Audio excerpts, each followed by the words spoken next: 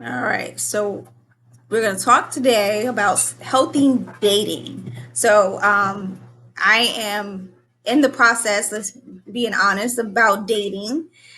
And as I'm doing that, I'm starting to recognize kind of like what is a healthy way of dating. Like, what's the kind of qualities that you're looking for? What kind of things that I'm actually seeking in a marriage? Because that's what I'm dating. I'm dating with the purpose of getting married. So yes. All right, So big homie. Okay. so it's trying to kind of figure out what is healthy dating. And what I hear all the time is this top tier kind of. A lot of men and women say that they're like top tier kind of men and women, and that things like income, the way they look, that sort of thing, status is the reason why they consider themselves top tier. So I'm just kind of throwing it out there to see what's the thoughts about that, especially with the top tier, high functioning type of people, that the terms that people are using now when it comes down to dating and men and women. So what do you think about that, especially with the top tier stuff? I would love to hear about that. The top tier stuff, I think it's kind of it's been exaggerated to a certain degree. Everybody makes it seem like that you know what don't stink, and we know that's the furthest thing for the truth Right. for all of us, right? All of us who are honest with ourselves. I think I think what quality dating looks like, though, in all honesty, I think quality dating is finding someone that has the same foundational principles you have. Like there's someone who has embraced, processed, and accepted their family dynamics, right? Even love the family dynamics. I know certain things people would say is certain things about family dynamics you can't love. I get that part, but Right. I'm talking about loving the parts that they have the opportunity to create. You know what I'm saying? I think there's never a way to get away from that of just embracing because family dynamics are how we identify who we are, like self-awareness. It also kind of helps point us in a direction of some type of identity, if you will. So I think someone has the same like foundational things. They're ambitious. I'm about to say a nasty word. Starts with a D. It's not the word people gonna be expecting. They are disciplined, right? uh, Yes. yeah. They're disciplined, meaning that they are willing to do what's needed or do the right thing when no one's looking. Meaning discipline means how do they take care of themselves? How do they take care of others? Do they take care of their body?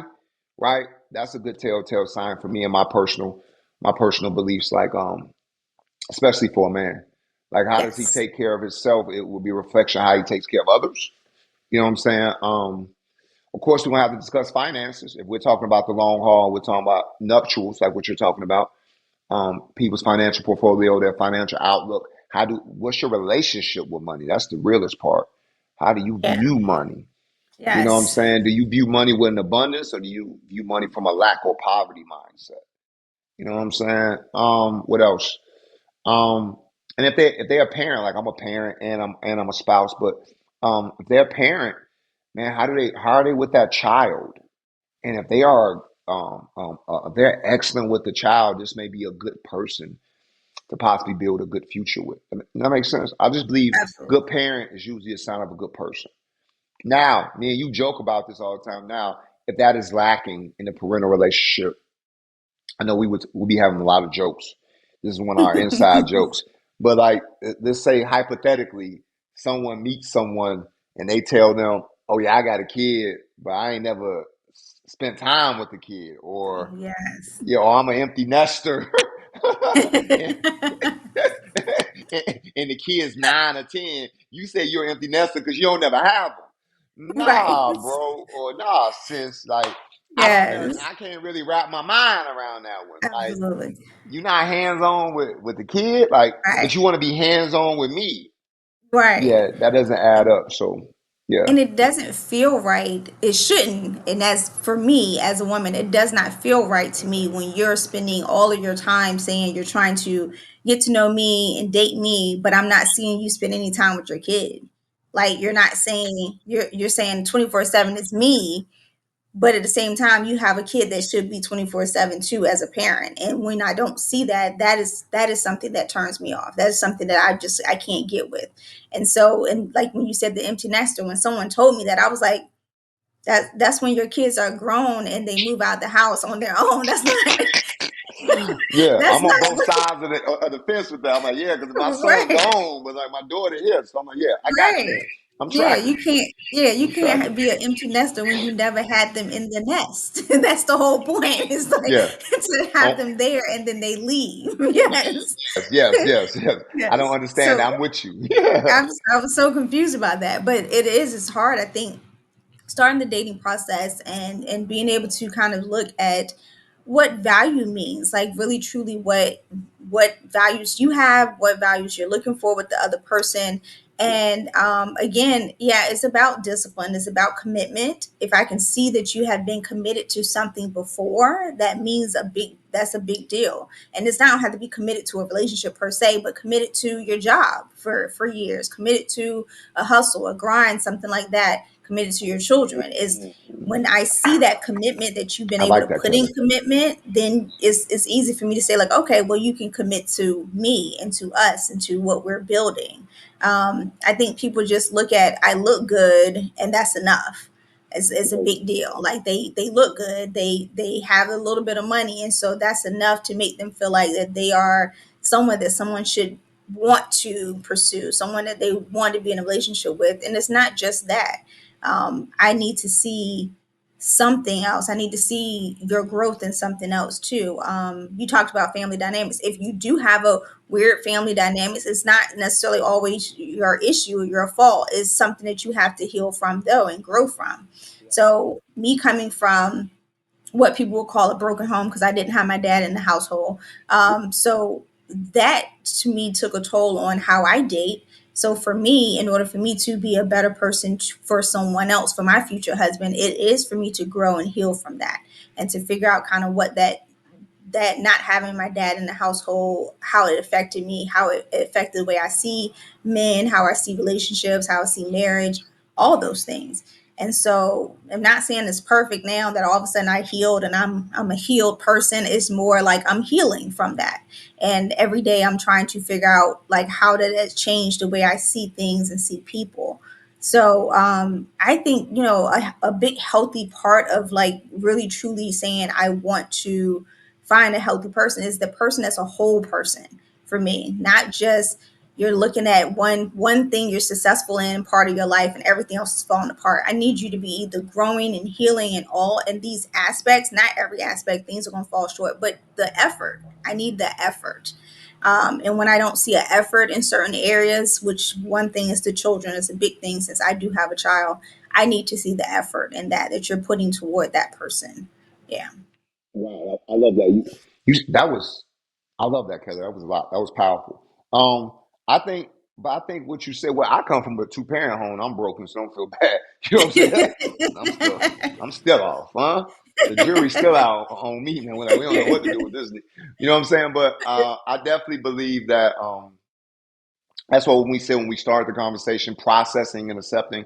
I believe you have to accept something in order to heal from it. Right? It's like a doctor telling a cancer patient, "Hey, you have cancer." Now, once they accept that, they can take the steps towards healing, beating it. Yep, Right? So absolutely. I think that's the biggest part. A lot of times, people don't know how to accept the things that have happened to them that they had no control over. Even sometimes things, even decisions that we did have control over. Right? I Yep, think that that could be challenging, but you definitely want someone. I know it's a biblical term, but it's like equally yoked. You want someone that kind of understands the direction that you're going in, right? absolutely. And they understand when they not only do they understand the direction you're going in, they understand that your growth is going to keep you in a perpetual state of discomfort. Because a lot of people now feel like someone just got to show up and like pretend to be perfect or wear this mask. I'm like, if they're really about growth and changing, they're gonna be uncomfortable a lot of times. Absolutely. Yes. Yeah, and Yeah. it's one thing to say that you're uncomfortable. It's another thing to watch someone go through an uncomfortable situation, and all you can possibly do is just love them through it. Right. Right? Exactly. You know what I'm saying? Support Like, them. Yep. yeah, because like what you're saying, if you have a companion, you get a companion, and you guys may family dynamics may be different, but both you guys are about growth. Both of you guys are about healing. You're both about purpose and building family and building a good future and loving each other. But as that person is healing, you got to be patient with watching them heal. Like real love, this is what I think we never talk about. Real love is kind of like light. It exposes things. And you gotta Absolutely. be like, oh man, now I see this. I'm not bugging out. I don't think you're a fraud now. Oh, this is what your Right. healing process looks like. Cause I'm healing too. When the light come Absolutely. on, my stuff, yeah, I'm from Chicago. So when you turn the lights on, it was bugs the size of my hand running out. You hear me?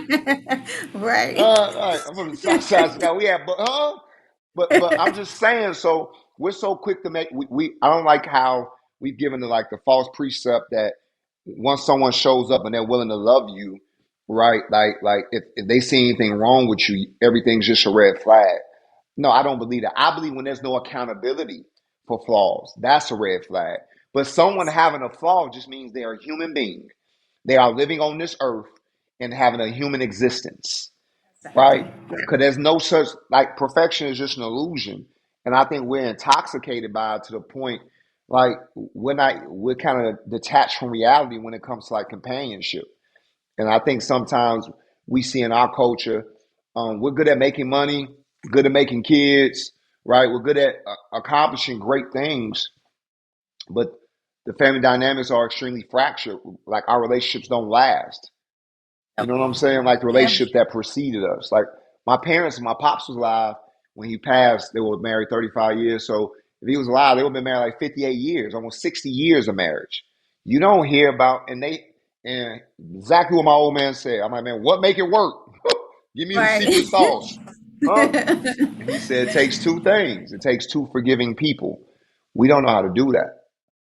We don't know how to forgive and move forward because other cultures, other dynamics are doing that.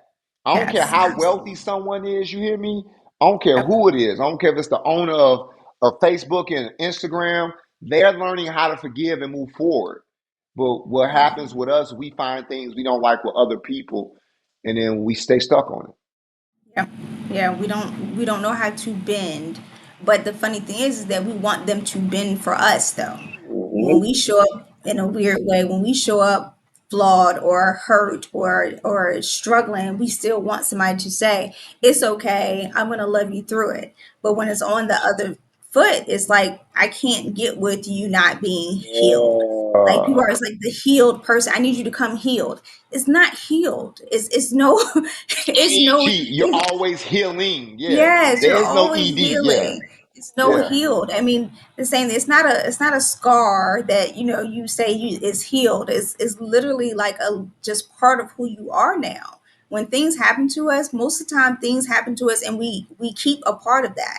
It's not Right. something that will go away. So we're Right. gonna always be daily healing from it. When something else happens, think about it, and not to bring it up, like when your father passed, you're feeling better about it and you're healing from it. But when things come up, you may have a tough day.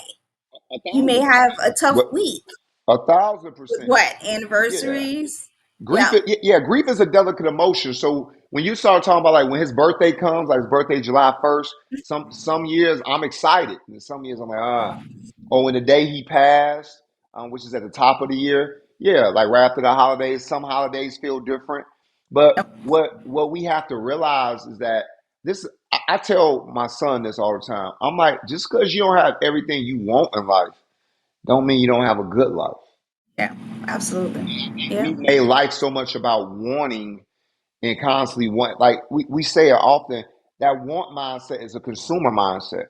And the thing about consumerism is it doesn't you don't just consume things, things begin to consume you. And I think that's the part that we don't really that we kind of like we're like blinded to. Like Yes. there's no way for me to constantly always be wanting things, but I'm where I need to be mentally, emotionally, physically, or spiritually. Yep. Like if I'm You'll always chasing never. something, like or when my Yes. kids or Yes. my spouse need me, like where he at? Yeah, because I'm always chasing something. Yep. So And I you just think, oh, go Yeah, ahead. you never can be just satisfied where you are. It's Yeah, never a point where you can just be settled and just be in that space. I read something where it says like, we pray for certain things and we don't even realize that we are in that space that we prayed for. We asked to be in that space, and that we're just so trying to get to another place. Oh, now it's time for me to get to another place, and not accepting and loving where you are. And like I said, that healing process is sometimes you're going to take a step back. It's not going to be always a forward step when it comes down to healing. Some days it's going to be something that I'm still struggling with, and that person that I'm choosing to be in a relationship with has to also choose me even when I'm not fully myself, when I'm not doing Ooh. well, when I'm in my feelings, when I'm struggling, and can you still love me and be with me and support me through that? And that's what I think, like you said, with Black families especially, we have a hard time doing that.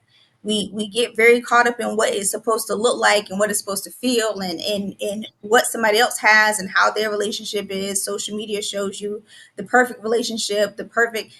I've been seeing all these what is it, the proposals, and everybody's like, oh, he proposed this way, and it's just so, it's flooded in the timeline of how this is this perfect relationship, but we only see the proposal, we only see the yes, we only see the family supporting them when they get engaged, but we have no idea how it was before that. We have no idea what it's going to be after that, and whether or not they're going to support you the same way, whether or not the family's going to support you the same way. And I think that's what we are missing. We miss that part where we don't see the reality of it. We just see very much like this is just like what it is. This is like everything's perfect, everything's pretty, everything's kind of bundled up in this little joy, and we don't understand that the hard part comes when you are really living life, and living life with someone, not just standing still and just in this picture perfect kind of way. Yeah. That's I love that. I love that. So I was having a conversation with your boy. I was having a conversation with my son, and we were just talking about. He was letting me know how like school was going, and he was saying like, Dad, when I have this, right, I'll be able to do this. Then I'll be this, right. And we were talking.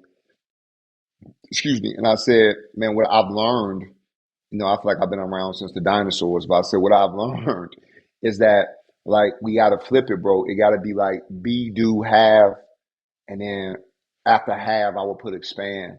And what I mean is like I have to now focus on the man I want to be, the man that God has created me to be. I have to now start focusing on that, right? That's who is the person that I need to be. Then, right? Then after I focus on that, what do I need to do to maintain this, right? If I once I get a repetition, a discipline of some sort to what I have to do, then I will begin to have these things, right? That because we've always put an emphasis on having first, but not being first.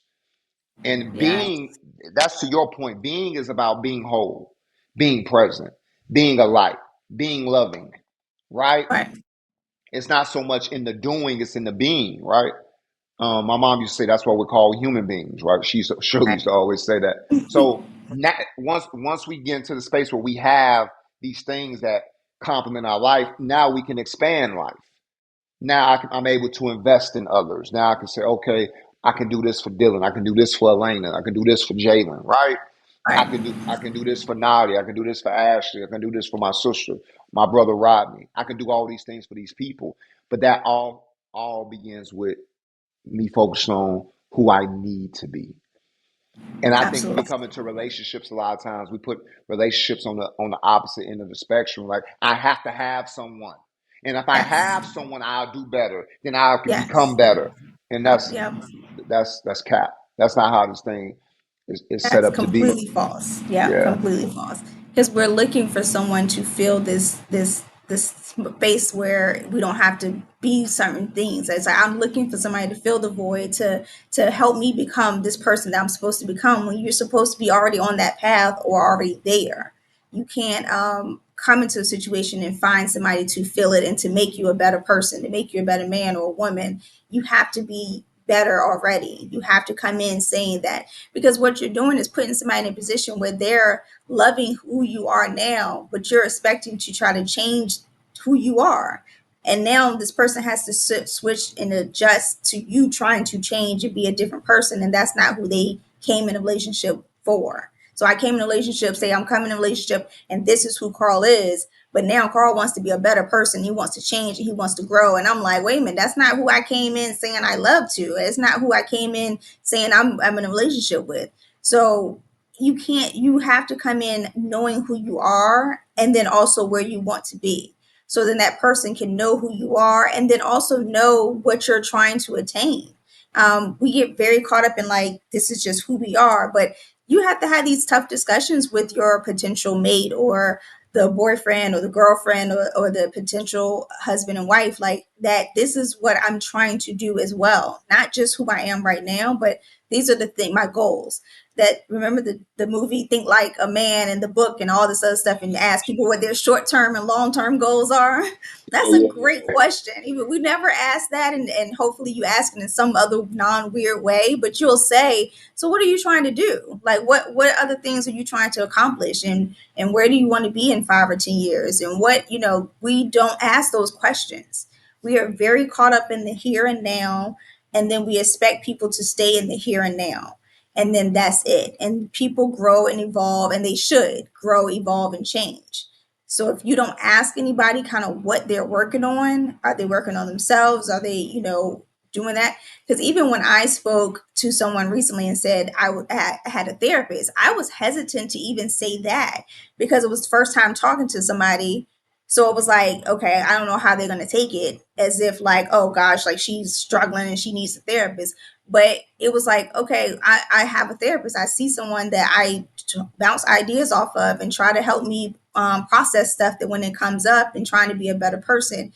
And hopefully my person will understand that, will either recognize that that's a great thing and not be intimidated by somebody who's trying to do better, or think that something's wrong with somebody's trying to ask somebody else for some assistance and help. So that was a little tricky for me just saying that. Usually I don't say that off the jump, but it was something we were talking about. And I was like, hey, I was talking to my therapist and this is what it is. So, I think that the right person is going to understand that for me, and they're going to say that that's not a bad thing. If somebody tells me that therapy is a bad thing, then they're not my person. They're not for me. So, especially being a therapist, knowing that, that's what I that's what, know. Yeah. right, right, knowing that that's what I'm doing, then yeah, I can't imagine someone saying that therapy doesn't work or therapy is not good or you shouldn't have to have a therapist. You're not for me then. You're not my person.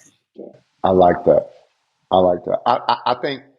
I think as you said something perfect earlier. You said something about being able to bend. I think being having a forward and flexible mindset. We establish something that I think is very clear that everyone needs to remember is that the reason why a person starts with you isn't the same reason why a person stays with you, right? That's And yeah. and so we are in the mindset where hey, you started with me based on this, but it's going to change, like you said, because we're constantly evolving. If we're growing and we're shaping and being formed by the right things, we're constantly healing, right, and becoming a better individual. So I would encourage anybody. Excuse me. I would encourage anybody like the way you get someone to stay is you ask them well how you can serve them. What do they want from you in this? Now that doesn't mean hey the thing gonna last 1,000 years. Anything can happen. The world can end. Right, Someone can get sick, or people can right, just go their respectful ways. Right? It can be amicable and just say this don't work. But I think that right. helps alleviate any guilt that someone could possibly have. You like, yeah, I changed, but even in my changing, I was still about loving this person to the way they wanted to be loved, to their love Absolutely. language, if you will, right? Yeah, And absolutely. that's how Yeah. you get someone to stay. Because reason why some, I think we can. I used to confuse that. Like, well, I'm like, well, you started this way with me, but then now you like, I don't even know where we at with it. And once I realized that, it changed the way I approach things. Yep. It changed the way And I that approach. serving, that part of serving that you're Yeah, saying, like that's a big part of what people don't. People look at relationships to give you something. Oh, I want somebody to love me. I want somebody to do things for me, to be there for me. But we're there to serve the other person. We're there to make sure that we're fulfilling, their wants and needs if we can. We can't give them all. We can't do everything for you, but the purpose of me coming in there is so I can love you, so I can be there for you, so I can support you. And when you're struggling with something, that's when I step up even more. That's not when I kind of shrink back and say, well, I'm giving you space. It's like I'm going to love you even more. I'm going to support you even more because I see that you're struggling and you need that support and that help. We fall away. We fall away from people really quickly when they struggle, and we give up really easily when they struggle. So we talk about Black families really surviving. Imagine what they went through. Imagine what our parents, grandparents, their parents went through, and they still stayed together. And they went through something that we hopefully will never experience again. But they went through something that was tragic and tearing up lives and tearing up their whole families and income and all this other stuff that we don't know anything about yet. You know, hopefully not yet, but at all. But We don't so know nothing about that. We're we ready. know You hear nothing me? about that. We're ready. Exactly. This ain't 1800, man. We ready, man. Huh? Right. This ain't those times. Much respect to Right. those people. Yeah, from Right. those times. But they Yeah. still stepped up for each other and they decided that family is going to be the most important thing, to stick together as family. And we have to learn that again in our families now, because we will walk away really quickly. That's where the irreconcilable differences came from. So that you Mm. didn't divorce with, like, oh, because they had an affair. You didn't divorce because they were abusive. You could find any excuse in the world to divorce and call it irreconcilable differences. They brush And stink in that the was enough. morning. Yeah. Yes. Everybody brush stink in the morning. Yeah. Right. Yeah. Like they walk funny, or Yeah. they did something wrong with their coffee. They took their, you can find any excuse, and that's what that term came from, where you could just say, I just couldn't we couldn't just agree on something, and so now we have to split. And Right. that's how quick it was. It was easy to get it's easy now to get a divorce and to walk away from relationships, where if you had to really justify it and actually say, this is what is a justifiable reason for me to walk away from a person, a lot of times people wouldn't have that. People wouldn't really have a reason. They just given up. No, no. We've allowed, here's the crazy part. We've allowed something that was is a divine institution, meaning it's something that, when I say divine institution, I'm talking about family. We allowed the world and man-made constructs to tell us how to handle it. Absolutely. Yep. We allow legal systems, because it's not a justice system. We've learned that, right? We've allowed Yes. legal systems, Yes. right? You know what I'm saying? All these things to start shaping the identity and the direction and the purpose of a family, but especially the Black family. We have to realize the people that were making these laws were the same people who were trying to demolish us, the same people who, Absolutely. took advantage of us or abused us. You feel what I'm saying? Absolutely. Yep. Yeah, It so was. and I think we kind of I don't think that historical hurt goes away, but I think sometimes we lose sight of it. Like, hey man, these things were written and put in place to continue to kind of like sabotage us. Right. Yeah. Absolutely. It doesn't mean it can stop us, right? I'm not saying anything can stop us. If you're destined for something great, you're destined for something great. Right. But it means Absolutely. that I can't allow the opinions of people who really don't love me to determine how well I'm going to like myself or how I'm going to value myself. Right. You know what I'm And how I'm saying? going to show up for other people. Like we literally, we, like you said, we use these like concepts and these constructs to say, like, this is just who I am. This is just how it's supposed to be. And it doesn't have to be like that. We create our own families, we create our own relationships, we are coming together to try to create something positive. And if that's your goal, then it'll happen. And whether it happens with that particular person or with the next person, is going to happen. But that has to be what your goal is, and what your goal is together is to like get past all those made up things and all those, like, what social media and everybody, the government, everybody says that what it's supposed to look like, and you create that for yourself. It's not going to always look like what somebody else has in on TV or in social media. It's not going to look like that. Oh yeah, It's, that's it's fake going to be something reality. different. Yeah, yeah. Yes, it's He- fake reality. Yes. the operative word here is fake. Right. Yeah. Yeah. Absolutely. Yeah. Yeah. Yeah. Okay. I think we were good. Yeah, Kelly. Yeah, I think that was good.